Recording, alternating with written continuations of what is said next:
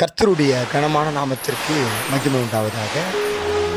4வது மாதத்திலும் 12ஆம் தேதியிலும் சந்திப்பதிலே உங்களோடு பேசுவதிலே நான் மிக்க மகிழ்ச்சி அடைகிறேன். பிரியமானவர்களே, இந்த நாளிலே எங்களுக்கு கொடுக்கப்பட்ட வேத வசனம் என்னவென்று சொன்னால், நீதிமொழிகள் 21ஆம் அதிகாரம் 31வது வசனம். குதிரை யுத்த நாளுக்கு ஆயத்தமாக்கப்படும், ஜெயமோ கர்த்தரால் வரும். ஆம் பிரியமானவர்களே, குதிரை யுத்தத்துக்கு ஆயத்தமாக்கப்பட்டிருக்கிறது. குதிரை யுத்தத்துக்கு போகும்போது அது சாதாரணமாக போகாது. மிக வேகமாக, மிகவும் தைரியமாக, ரம்பியமாக ஓடும். இன்னைக்கு நாம் சோர்ந்து போய் பலவீனத்தோடு, பலவிதமான பாடுகளோடு, உபத்திரவங்களோடு, கஷ்டங்களோடு, நிந்தனைகளோடு, அவமானங்களோடு, பலவிதமான போராட்டங்களோடு இருக்கிறோம்.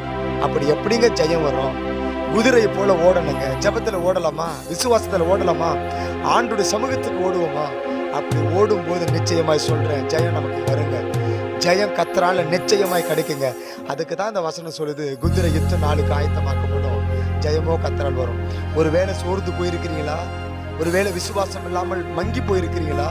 இனி எழுந்திருப்போம், குதிரையை போல ஓடுவோம், விசுவாசத்துல காத்திருப்போம், ஜெபத்துல, ஊழியத்துல, வாய்க்குல, ஆண்டுடைய சமூகத்துல ஓடுவோம்.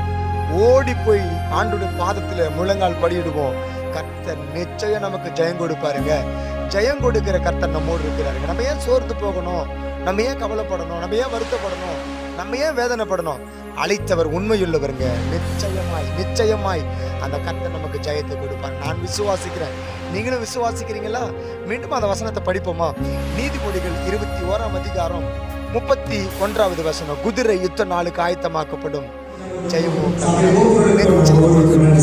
இன்னைக்கு ஜெயம் கர்த்தர் கொடுப்பார். ஜெயம் கர்த்தர் நிச்சயமாய் உங்களுக்கு தேடி வரும். ஜெயத்தை கர்த்தர் கொடுப்பார் என்று நான் விசுவாசிக்கிறேன். தொடர்ந்து உங்களுக்காக ஜெபிக்கிறேன். கர்த்தர் நிச்சயமாய் உங்களை ஆசீர்வதிப்பார். இயேசு ஜீவிக்கிறார். ஊழியங்கள் pastor R Kanikraj. God bless you.